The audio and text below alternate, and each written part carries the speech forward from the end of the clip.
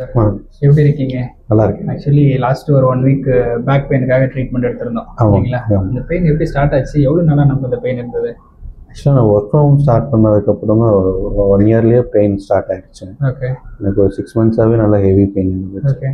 So இங்கே வந்து friend recommend பண்ணி தான் வந்தேன். ஓகே. ஒரு 1 வீக் ட்ரீட்மெண்ட்டை பார்த்துட்டு இப்போ ஓகேவா இருக்கு. ஓகே. இப்போ உங்களால் அந்த ஒர்க்லாம் பண்ண முடியுதுங்களா? எனக்கு எவ்வளோ நேரம் உட்கார முடியுது இப்போ?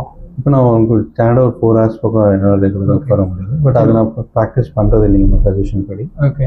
இந்த எக்ஸசைஸ்லாம் இப்போ சொல்லி கொடுத்துருக்காங்க இல்லையா? ஆமாங்க. இந்த எக்ஸசைஸையும் ப்ராப்பராக ஃபாலோ பண்ணிக்கணும். நமக்கு இந்த ஏஜ்லேயே பேக் பெயின் வருது அப்படின்னா லேக் ஆஃப் ஃபிசிக்கல் ஆக்டிவிட்டியை தவிர வேற எந்த கம்ப்ளைண்ட்டும் எடுத்துட முடியாது.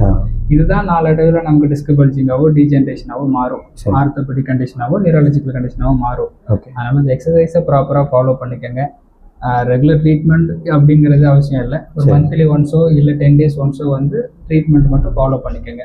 சரிங்களா? சரி. இப்போ வேற 2 வீலர் ஓட்டுறதுலாம் எப்படி இருக்கு உங்களுக்கு? இல்லை, இப்போ எதுவும் பேக் பெயின் எதுவும் இல்லைங்க.